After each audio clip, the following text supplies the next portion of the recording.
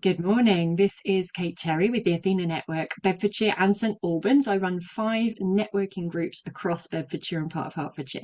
And I love to do member interviews with our lovely members in those groups just to share a bit further afield and outside of our network what these wonderful people do. And today I'm joined by the lovely Karen Young, dog mechanic. Hi, Karen. Hi there. Hi. So really excited to have you on today, and thank you for your flexibility because I moved you around a couple of times. So you're awesome. Thank you very much because I know you're a busy, busy lady. And we've got, what's your dog's name behind you? Oh, this is Benji on the bed. He's not allowed on the bed, but when I'm on Zoom calls, he sneaks up onto the bed, and he knows I'm not going to chase him off. So Really he's taking thoroughly advantage. enjoying his double bed right now. Busy mom. I love that. Right. So let's dive right in then. What does your business do, Karen? Oh, he's having he's turned. Can you see him? Got He's a little going. bit hot, so he's looking the other way now. You never know. You might actually see his beautiful face at some point. Possible. Okay. So what does your business do? How do you help people? So I am Safe Hands Canine Massage. So kind of the clue in the name, really. So I do clinical massage therapy for dogs, which has been proven to help 95% of dogs within 3 sessions. And I do core strength training, which basically involves teaching owners what exercises dogs should be doing in order to strengthen their core muscles and protect them against injury and improve their performance. So if they're a sporting dog, they'll go faster, be more accurate on their feet. If they're an older dog, they'll have less pain and be able to move further with more stamina. So they're my 2 That's strings. your 2 core areas. Yeah, And hence so, the dog mechanic. yes, and I love how you describe in our meetings, and this is the benefit of speaking to your kind of posse, if you like, your group of people every month. And I get to listen to you a couple of times because you visit our other groups as well, is you pick up things over time. So what I love that you describe is that you can turn an old, let's use the word decrepit dog Oh, into a yeah, pup. okay. Decrepit's an awful word. What's the right word for that? How do you say it? It's An getting your older dog puppy back. that's slowing down and struggling with their movement. Thinking about it, a human wouldn't like to be called decrepit. My mother calls herself decrepit all the time. But It's okay to call turning into, yourself decrepit. It's when someone else describes you that way. It's a bit, yeah, not great, is it? no. But I love how you describe that, and that because we do tend to think, oh, they're old and that's it. But as humans, we start to take vitamins. We do this, we do that, we do the other. Why would it not be the same for our pets, Yeah. right? And slowing down isn't an aging issue. That's a soft tissue and often a bit of arthritis, but the soft tissue is the main element of slowing down in most dogs. In the same way as humans, you get stiff, so you walk slower, and then you walk, because you're walking slower, you get stiffer and you do less exercise. And so you end up in a cycle.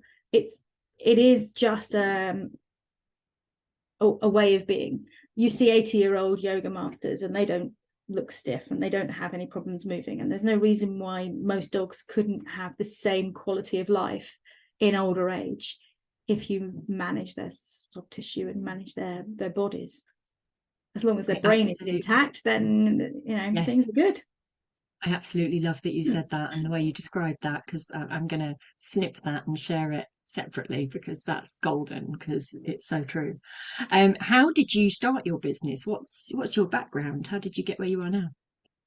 Well, oddly, I was in construction in a very male dominated environment doing research and development work for an organization which meant a lot of international travel. So I was sent to Beijing, I was sent to Abu Dhabi, I was sent all over the world, Brazil.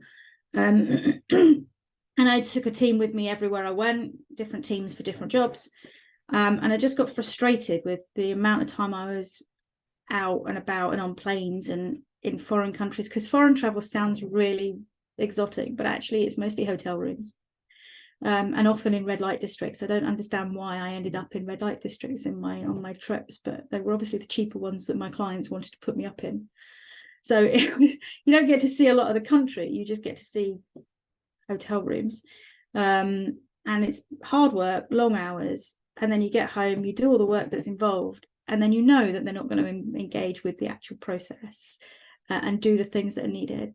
So I was doing a lot of climate change stuff, sustainability, making sure that master plans were more future proofed. So not only were they able to cope with future changes in climate and other things, but that they were future positive, so that they would adapt to the future, but also be less impactful going into the future. But that requires others that have actually got the money and the planning consents to talk around how they do that. So I would give them a structure to follow, and then they would tick box the exercise in a way to get planning consent. And it was so frustrating because there were so many really, really, really good things they could be doing. And you just, after a while, you get fed up of giving people advice and them not listening to you. So I wanted to work with dogs instead, because I couldn't have a dog whilst I was doing that kind of work. So I left and did 2 years training on the Canine Massage Therapy Centre's course, set up my business. And then a year later, I realised that a lot of my dogs were coming in with very weak cores. So I did another year's training in Canine Conditioning Academy to become a coach for them. So that's kind of why I've got the two strands, because I just started one and I was like, oh, there's a real gap there. There's a real problem with classically with some of my clients, and I can do something about that. So I just add another string to the business. So yeah, I'm much more rewarding now. It's so much better working with people that really do listen and they genuinely care about making a difference to their dogs, and the dogs leave the clinic happy and often more mobile even after a session. So brilliant. It must be so rewarding. And you mentioned, I think previously, that in terms of how people come to you and work with you, they're generally referred by a vet. Is that right? Yes, in order to do massage therapy in this country, I need a consent form signed by a vet. That could just be a letter saying they think the dog is healthy enough to receive massage, but they need to be able to assess the dog and say, yes, it's fit for massage. Core conditioning, I don't need a vet's consent for, but I usually advise the vet when we're going through the program of any changes that I'm noticing, just so the vet's aware that that's what's going on, and so that the vet and I can continue providing an ongoing joined up program of support for the dog. Brilliant. I love that. And so you have actually been a member of Athena for a little while. So you've been in my groups for less than a year now, I think, haven't you, since your previous regional director retired? But what attracted you? Why did you join Athena, and how have you found it benefiting your business? So Or yourself and your business. So working with dogs and dog owners, I started noticing that quite a lot of my social life and a lot of my work life and everything else was revolving around the same people with the same interests, which in one way is nice, but in another way you become sort of, I was feeling like I was going down a corridor and I was missing out on a wider elements of life. So I just wanted to meet new people from new backgrounds and new interests. And I know that I'm not an expert in certain things. I mean, I couldn't design a leaflet for toffee, I just can't. I don't have that kind of brain, that artistic brain. So I knew I needed some additional skills in the business that I don't have. And I wanted to be confident when I was getting that work done, that it was people I knew and trusted and I'd met. And that's really why I was looking to join. I thought about joining when I first set up my business, but I just wasn't ready to network at that point. My head was too much in my business, I need to do this kind of phase, rather than what can I give to the network and how can I contribute into a group of people so that it's a mutual relationship. And when I first set up, there was only ever me and my business, so I was not right in the right space for it then. But I joined in the Watford group 3 years after I first met Debbie Diggle, and before lockdown, so I actually had some proper meetings, with lunch and everything. And it really helped broaden the number of people I know, and got me some new friends, and also meant I had an amazing network of people that knew stuff that I didn't, that I can refer my clients to, that I can access directly. It was, I was ready for that growth part. I love that. I love that you considered what you can give to a network as well as just what you can get from it, because that's perfect Athena avatar. But talking of which, avatar, you have a great tip, don't you, for someone starting out their business? What would that be? Well, when I first started, I had this idea of who my client would be, and it would be someone with a high maintenance dog, someone that was having to go grooming, paying for grooming all the time. And so they were used to paying money for their dog on a regular basis. And actually, what turned out to be the case was most of my clients don't really have high maintenance dogs in that regard. They don't spend a lot of money on outfits for their dogs or grooming or anything else. They're generally people that either work with their dogs, they do flyball or agility, they spend a lot of time training with them, or they are part of their family and they've got kids. I never thought that I would have like a lot of clients with kids, but I do. So they've got young kids and a dog, and the dog is actually one of their kids. And that's the kind of avatar I now know is for me. They were not anywhere near my radar when I started out. If I'd known then what I'm actually working with now, I could have made a bigger impact earlier on. I love that, how things change, don't they? And you know, me and my business, it's any business, it's like anyone with a pulse, but actually no, because we're all different people and we're all going to attract different people, aren't we? And it's got to be nice and good to work with them and feel like you're really making a difference, hasn't it? So that's Yeah, and awesome. a lot of the people I work with, because they work with their dogs, they spot things. So Mm. they are looking for a solution already before I'm approaching them.